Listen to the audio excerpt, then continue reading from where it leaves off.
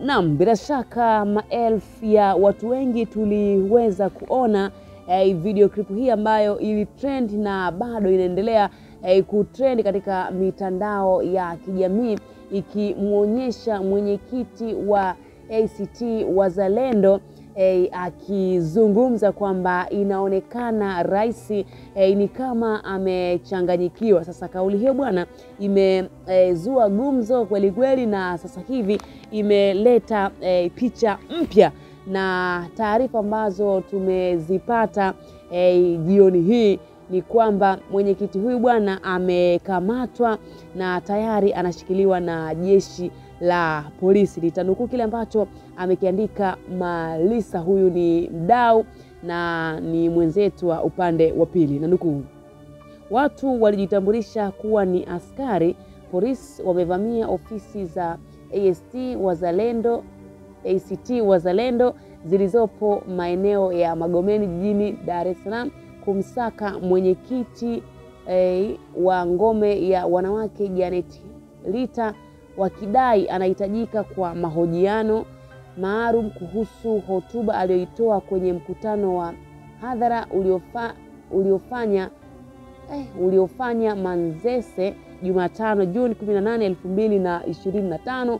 Watu hao wamesema Janet anatuhumiwa kwa sheria kuwa rais ni kama vile amechanganyikiwa.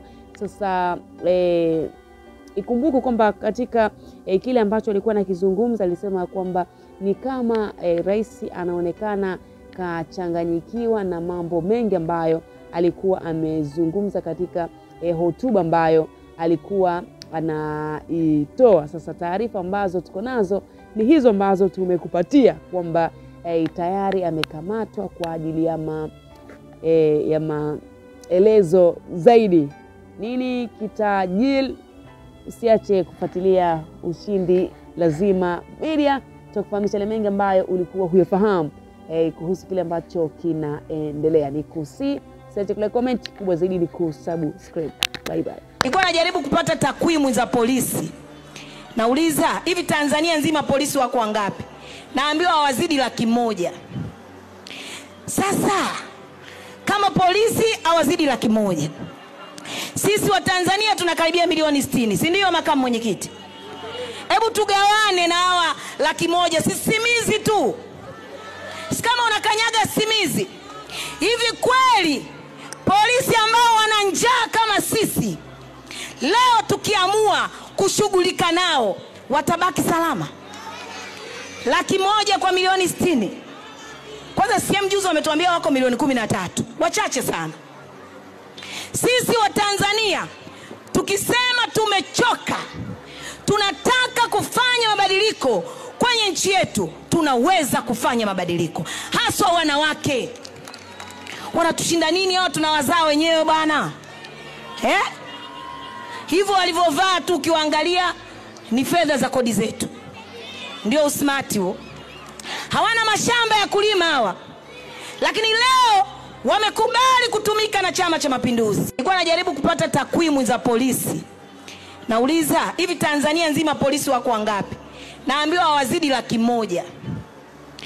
Sasa kama polisi hawazidi 100,000, sisi wa Tanzania tunakaribia milioni 60, si ndio makamu mwenyekiti? Hebu tugawane na hawa 100,000, sisimizi tu. Kama unakanyaga simizi. Hivi kweli polisi ambao wana njaa kama sisi, leo tukiamua kushughulika nao watabaki salama?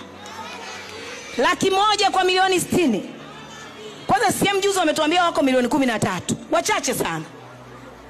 Sisi wa Tanzania tukisema tumechoka, tunataka kufanya mabadiliko kwenye nchi yetu, tunaweza kufanya mabadiliko. Haswa wanawake.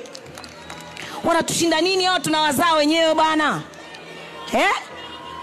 Hivyo walivyovaa tu ukiwaangalia ni fedha za kodi zetu. Ndio usmart huo. Hawana mashamba ya kulima hawa, lakini leo wamekubali kutumika na Chama cha Mapinduzi.